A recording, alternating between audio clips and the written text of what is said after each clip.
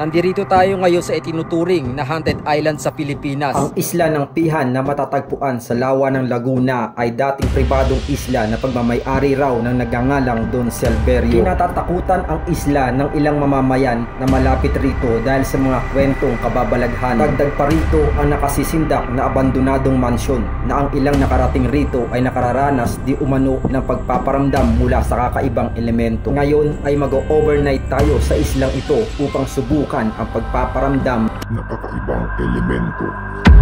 Kaya tara, sumabay sa lakbay ni Elias.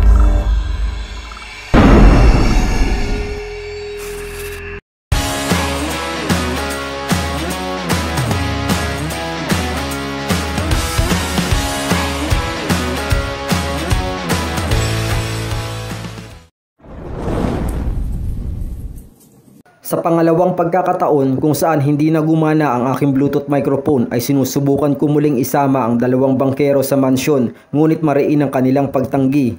Pagkaalis ng bangkero, pinagmasdan muna namin ang aming pinagbabaan kung saan inihanda na namin ang aming sarili na manatiling kalmado kung may magpakita man na nakasisindak. Pagkatapos tinungo na namin ang hagdan patungong mansyon, ngunit nagkukumpulang maliliit na sanga at ligaw na halaman ang nakahambalang sa ibabaw nito. Sinubukan namin ang bandang kaliwa, ngunit malalim na tubig ng lawa ang nasa paligid nito at walang maaaring daanan sa gilid. Pinuntahan namin ang kanang gilid kung saan nandoon ang lumang swimming pool. Inakala naming wala ring daan hanggang sa may makita kaming maaaring pagdaanan sa gilid ng bahagi ng swimming pool na natatabunan ng mga halamang ligaw. Habang naghahanap tayo ng mapagpepestuhan natin para mag-overnight, kasama na rin dito yung pag-explore natin sa lugar dito sa isla ng Pihan. So, ang dami na rin mga lumot itong swimming pool. Mula dito tanaw na yung bayan na yung Sitio Banaba. Walang daan? Saan?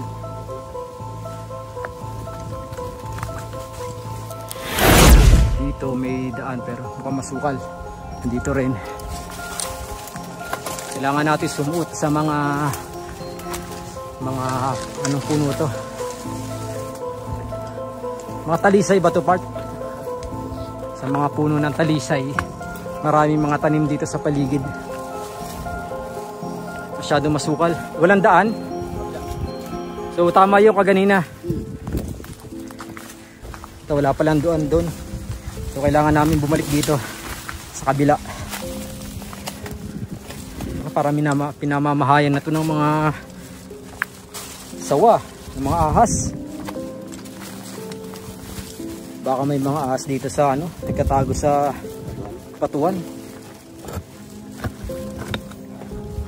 Nabihira pa naman puntahan ito ng mga tao. Namala misteryo talaga itsura ng lugar. Uy! Akala ko ahas. Masukal.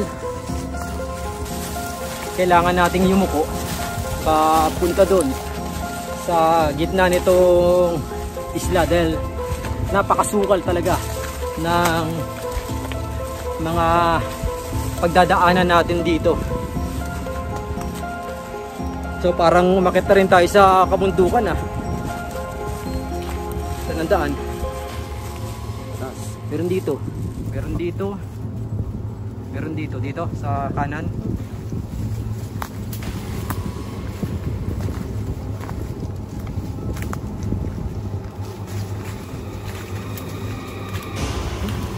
na pala yung haunted mansion. Hindi ko muna maraming kahoy, Paps. Biglang tumaas yung balayibo sa yung mga patilya ko parang nagtayuan. Hindi nyo. Tara na. Nabigla kami dahil hindi namin nakalain, kala namin malayo pa yung mansion na pupunta namin. Ito na pala sa gilid namin. So medyo may kadiliman, guys. Pero dito tayo kailangan mag-overnight dahil mukhang uulan. Tara, let's go. Yan mga dyan, Pops, baka may daan dyan. Dito na, lang. Ito lang may nakaharang naman, Paps. Sige, suotin mo na.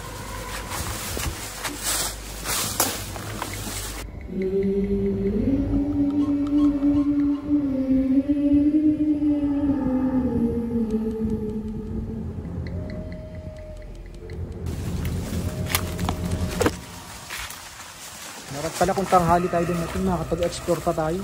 Pagkarating pala namin dito sa mansion, inuna muna namin yung pagkuha ng mga tuyong kahoy upang gamitin namin sa pagluluto mamayang gabi. Dahil halos mag-aalas 5 na ang pagdating namin dito. At sinabayan pa tayo ng medyo makulimlim na panahon na hindi mo malaman kung nagbabadyang umulan. Habang pinapaapoy namin itong paglulutuan namin, mag-aalay muna kami ng konting dasal dito sa lugar upang kunting pagrespeto lang kung anumang elemento ang nananahan dito. So guys, ito yung magiging hapunan namin ngayon, tilapia. Habang nagluluto kami dito sa ibaba, pansamantalang dito muna namin nilagay yung gamit. So ito yung nasa paligid namin. Mapapansin natin na halos hindi natapos yung pag-construct dito. Meron ditong malaking bilyaran sa baba.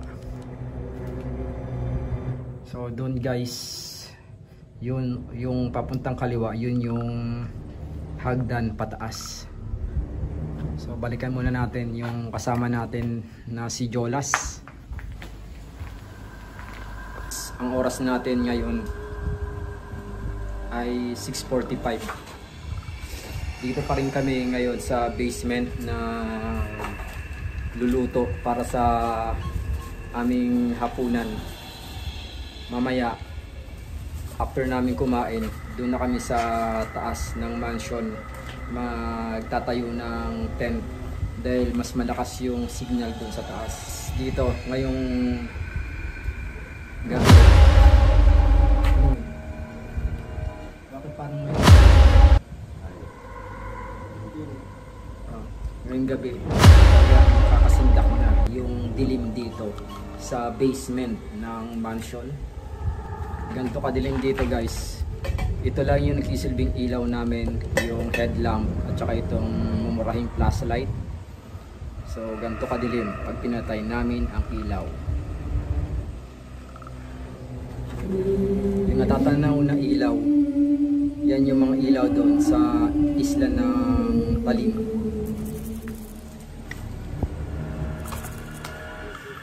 So sa pag-explore natin dito mamaya dito sa mansion, hindi tayo masyadong mag-iingay upang mas mararamdaman natin ang presensya kung may elemento man dito sa paligid, at ganun respeto rin kung totoo ngang merong mga nananahang kung may ibang nananahang elemento dito. Pumunta ako malapit sa bilyaran kung saan sinasabi ng mga ilang mangingisda na nakaririnig sila doon ng mga bata naglalaro at nag-uumpugang bola ng bilyar. Ito yung bilyaran.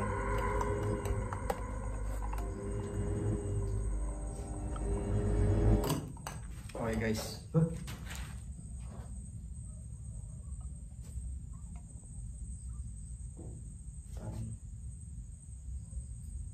Parang may nagpaparamdam.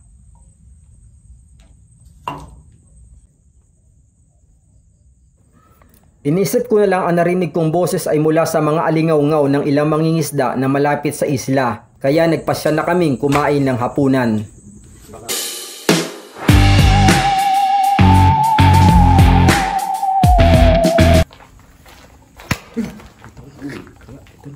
Gulat ako.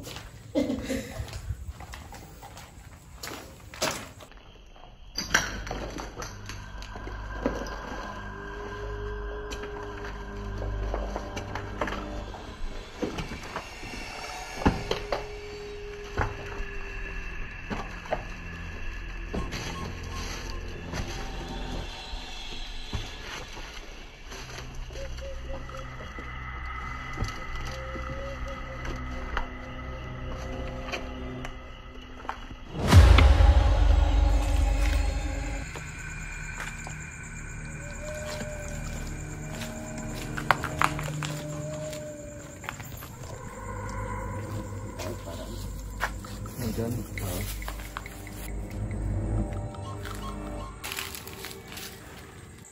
Pagkatapos namin magsiga ng apoy dito at magtayo na rin ng tent dito sa itaas ng mansion, ng haunted mansion, susubukan naman natin i-explore paligid na to ngayong gabi.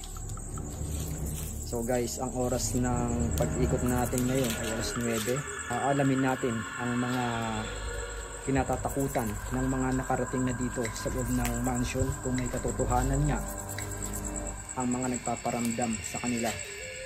So hindi na natin kailangan pang hintayin na alas 3 tayo mag-ikot, dahil dito na mismo tayo matutulog. Okay guys, ito si Jolas, ang lagi natin kasama sa mga adventure, sa mga paglalakbay sa kabunduan. Ngayon guys, hindi tayo masyadong magsasalita.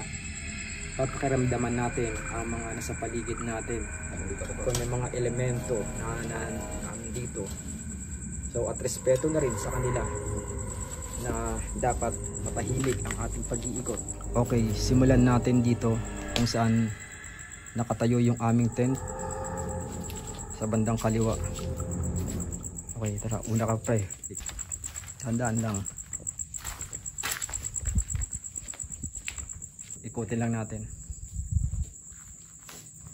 Sige.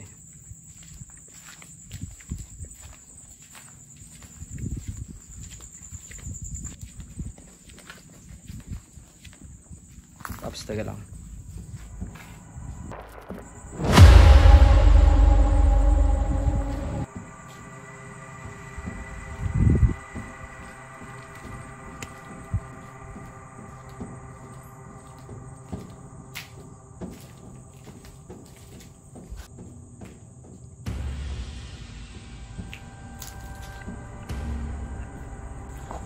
Pasok ka dun, Bob. Sige mo dun. Diba?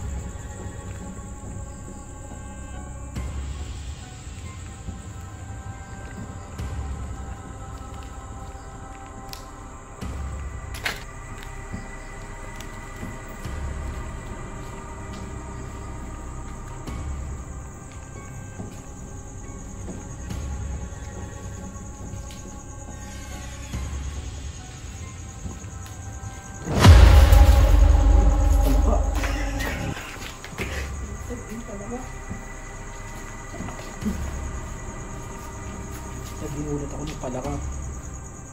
Guys, totoong nakakatakot dito. Magugulat ka dahil sa dami ng palaka.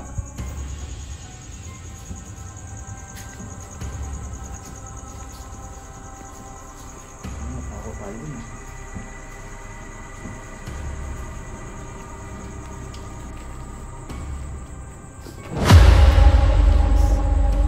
Itong may kakaibang elemento dito. Tara, samahan nyo akong tuklasin ang elemento na na-discover ko. May brief, walang tao dito.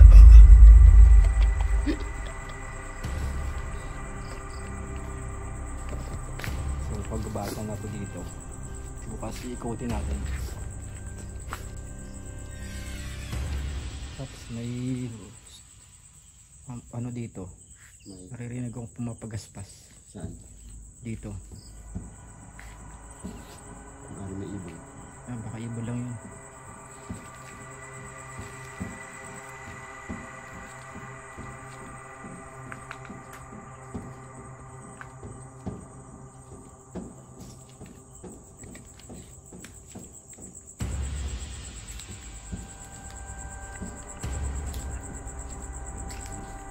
dito, Paps. Ano ba tayo? Dami pala. Sige, hinalang ko. Wag mo kaya. Wag mo. Kunti lang to sa puno. Wag mo.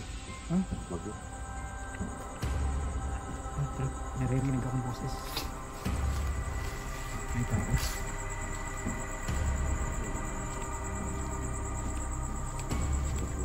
Pagkalipas ng mga ilang minuto nating pag-explore ng gabi dito sa mansion, wala naman tayong anumang naramdaman kung meron nga ditong mga kakaibang elemento.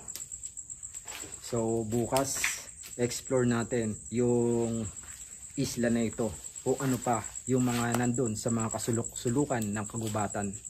Hindi lang natin ma-explore ng gabi ang isla na ito dahil medyo delikado, dahil mukhang maraming ahas dito sa paligid dahil napaka masukal ng lugar na to. So bukod doon, hindi natin basta-basta kayang pasukin yung mga nakatagong lugar dahil kailangan natin mag bushwalk ng mga punong kahoy rito. So mas maganda ikutin ito ng umaga. Hindi naman kami matutulog ngayong gabi. So habang ang gagawin namin, yung isa matutulog habang yung isa nagbabantay. So para palitan lang guys, for safety, hindi naman dahil dun sa kung ano na mga multo elemento ang kinakatakutan namin, kundi yung kapwa-tao na maring may masamang intention na pumunta rito. Okay. Teka, makalabog ah. Parang ano nata, aeroplano. Huwag mo nilang pansinin kung ano man yung marinig natin. Meron yan.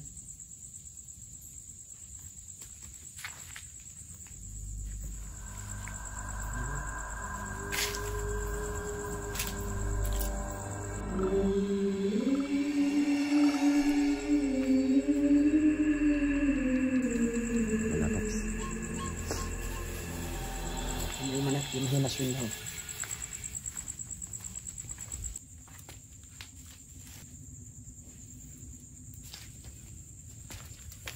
Okay guys, sa gabing ito hindi rin kami makatulog, so kaya mag-iinit kami ng tubig upang magkape.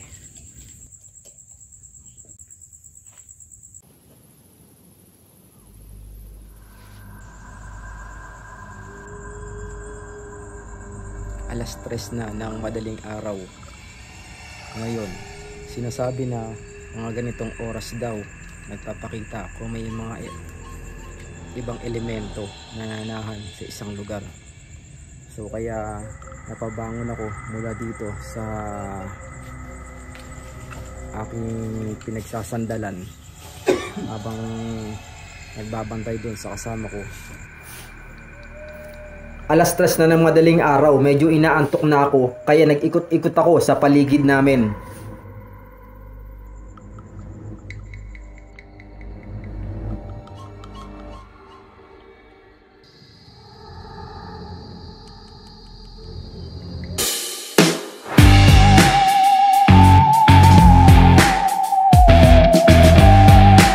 Alas 6 na ng umaga, nakatapos na tayong kumain.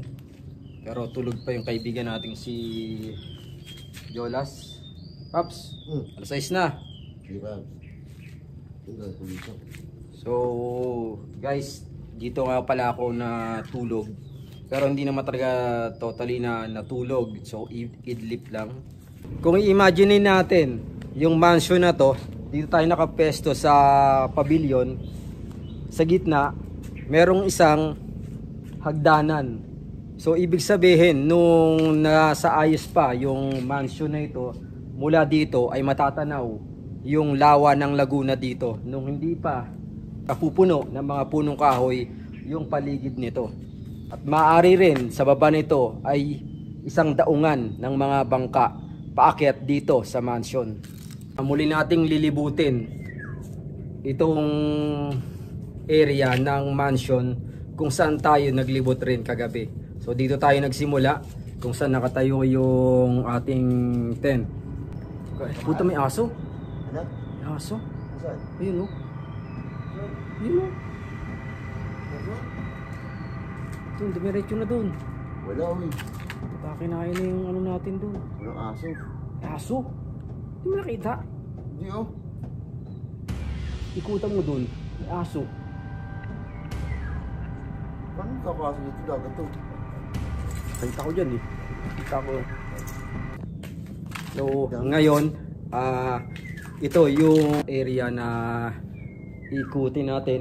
Itong likuran natin, isang malaking kwarto kung saan siguro yung mga bisita, dito yung parang isang malaking entertainment room. Dahil dito, kung hindi pa to masukal yung area na to, may daan dito patagos doon sa hagdan na dapat doon tayo dadaan, pero masukal na.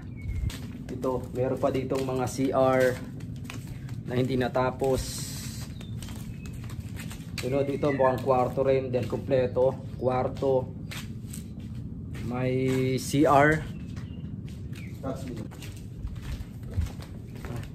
Medyo nakakatakot kahit yung umaga, medyo Kung kailan umaga, tsaka ano, nakakatakot. mas may naro. Aso, sabi sa'yo. Bisan? Mas may nararamdaman ako Wala, ngayong umaga. wala nga. Aso. Oo. Wala ha, naghabol ako ha.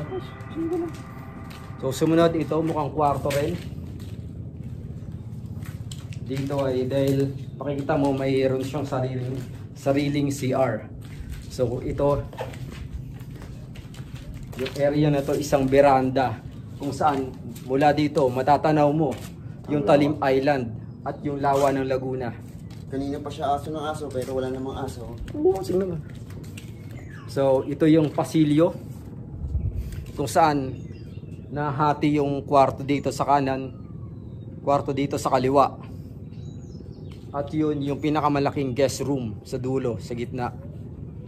Kung titignan mo, meron siyang 4 na mga kwarto. Kasi ito, kwarto rin, na same lang yung design dun sa katapat.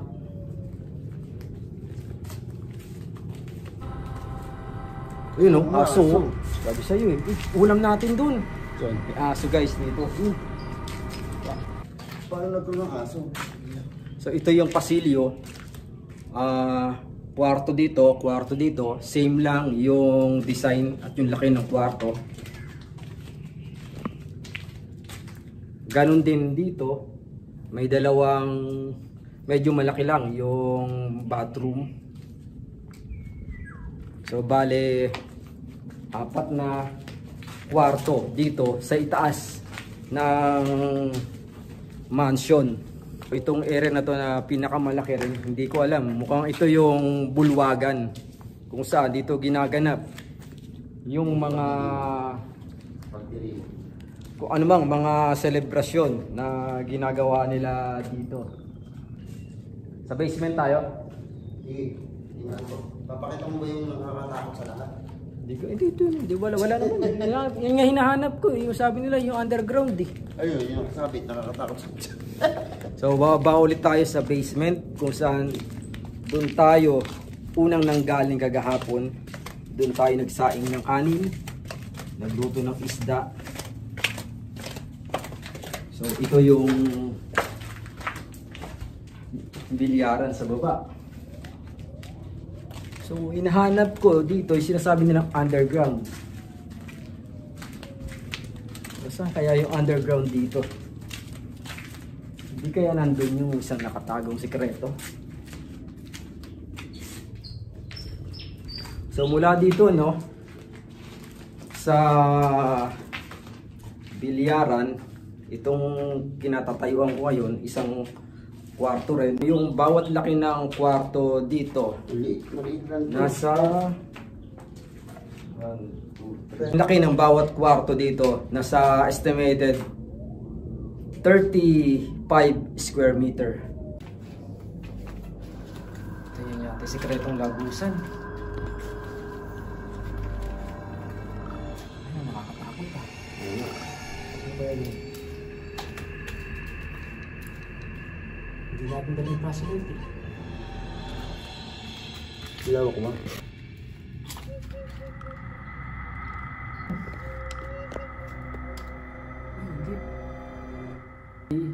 May daan. May daan sa ilalim. Kaya Itong malaking butas na to sa pader, mukhang may tinabunan dito sa ilalim. Mukhang may daan pa dito sa ilalim nitong kinatatayuan natin. Hindi kaya iyon yung kinakatakutan, kaya hindi ito na imposible kasi na develop. ang lapad nito eh. Oo. Ang lapad tapos walang ulan. Isang doon. So dito sa basement, nasa 50 square meter yung lapad. Pero wala pa siya sa kalahati ng lapad doon sa itaas. Kaya ang malaking katanungan,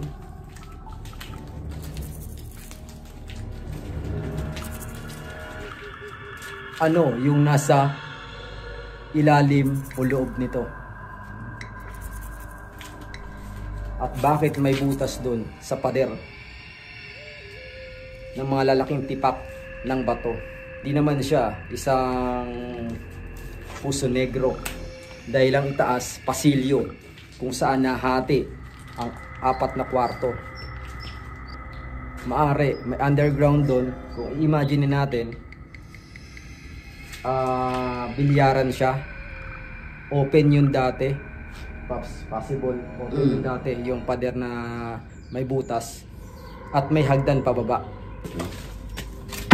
Dito sa kinatayuan ko sa baba nito, ito yung pesto na yon kung saan katapat niya sa baba yung may mga tabon, may mga pinagtabunan ng mga malalaking bato kung saan nandun yung pader na may butas. Kung titignan natin mabuti, parang hindi talaga siya totally natapos. Kinuha daw ng mga tao na nakakapunta rito yung mga ilang bagay na pwede pang magamit o maipagbili. Dito sa malaking area na to, makikita nyo may mga pagilan ng kahoy dito, at yun ang tinuklap dito, yung mga wood flooring na maaari pang magamit. Bumaba tayo doon sa itaas ng pavilion. So ito yung ladder niya paakit sa pavilion. Maaring tama yung iniisip natin na mula dito, ito yung nagsisilbing daanan ng mga guests, dahil mula sa baba na to mayroong isang ladder pababa doon sa lawa ng Laguna, at mula doon mukhang doon ang daungan ng mga bangka or lancha ng mga guests na pumupunta rito paakyat dito sa pavilion. Subukan nating puntahan yung nasa likod pa ng isla na ito. Sobrang sukal ah. So meron din dito daanan. So napakaganda rin ng dekoran nito. So dito may daanan rin siya, parang isang tagong hardin pababa, ikot dun. So subukan natin bumaba dun. So ito yung lagusan dun kaganina kung saan dun dumadaan yung mga guests paakyat ng pavilion.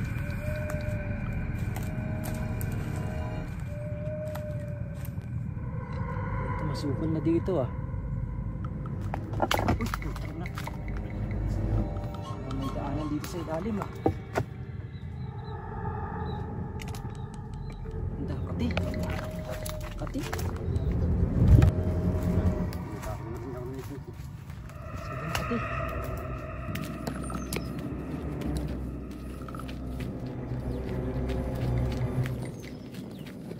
Sobrang kati sa lugar na yun. Ang daming niknik. So hindi ka tatagal. Pabalik na kami dun sa pinagdaungan ng bangka. Dito sa akin natatayuan ko kung saan dito namin hinihintay yung bangka na magsusundo sa amin. Mukhang ito yung helipad ng isla. Pagkababa ng mga guests sakay ng helicopter mula dito, dito na sila papasok. Tapos nilang makapasok dito. So meron ditong daanan kung saan matatanaw na natin yung swimming pool na mukhang infinito pool siya kung titignan, dahil mula dito makikita na yung Laguna Lake. Paps, ano ba yung nararamdaman mo habang nanatili tayo doon sa loob ng mansyon? Okay lang, parang normal din naman na bahay na parang ikaw lang. Pero syempre, nandun na rin yung hindi natin mapigilan na maglaro nga yung isipan natin at kung ano-ano yung pumasok dito at takutin mismo yung sarili natin. Kaya minsan, syempre, normal naman sa tao yung matakot. Yun lang yung ano ko. Pero wala naman nagpapakita, sinasabi nila na may dumadaan, wala. Parang ikaw lang sa isang bahay na matagal nyo nang tinirahan na wala naman tao, na iniwan ka ng mga kasambahay mo at nagbakasyon sila, ikaw lang nandun. Parang ganun. Nakatulog kami habang naghihintay sa bangka magsusundo sa amin. Hindi na rin yung sundo natin na bangka. Okay lang. Okay lang naman. Meron ba talaga? Wala naman eh. Mga tao kayo ah. Wala naman. Ang naranasan nyo, kakaiba. Wala lang, tulog lang kami dyan. Parang brown out lang na gabi. Kayo lang naka-experience ng ganyan na. Ito nga ayaw kahapon, kinakabahan kahapon eh. Dito nagtatapos ang ating nakasisingdak na paglalakbay dito sa isla ng Pihan, kung saan pinasok natin ang abandonadong mansion na sinasabing pagmamay-ari ni Don Silverio. Nakausap natin ang mga ilang lokal dito sa isla ng Talim. May nakapagsabi na ang islang ito ay dating pagmamay-ari ng isang taga Talim Island na binili ng isang negosyante na nagmamay-ari ng kilalang mall, at pagkatapos ay pinagbili niya kay Don Silverio.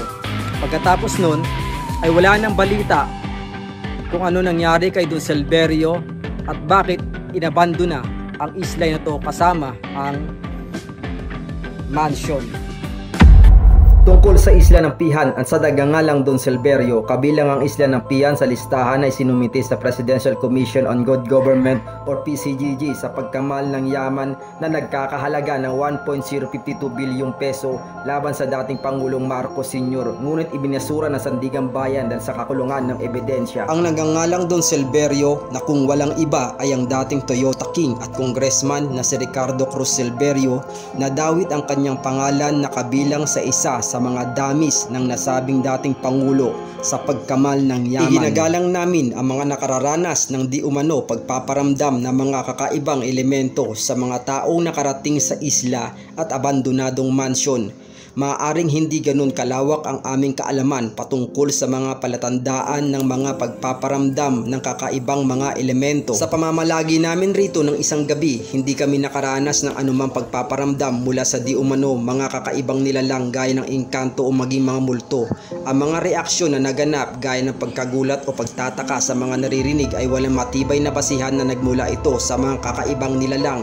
Maaaring ito ay mula lamang sa mga hangin, mga insekto o hayop sa paligid at alingaw-ngaw ng ilang tao na malapit sa isla. Sa aming pananaw, ang misteryong bumabalot sa isla at abandonadong mansyon ay walang kinalaman sa mga kababalaghan, kundi ang misteryo kung sino si Don Silverio.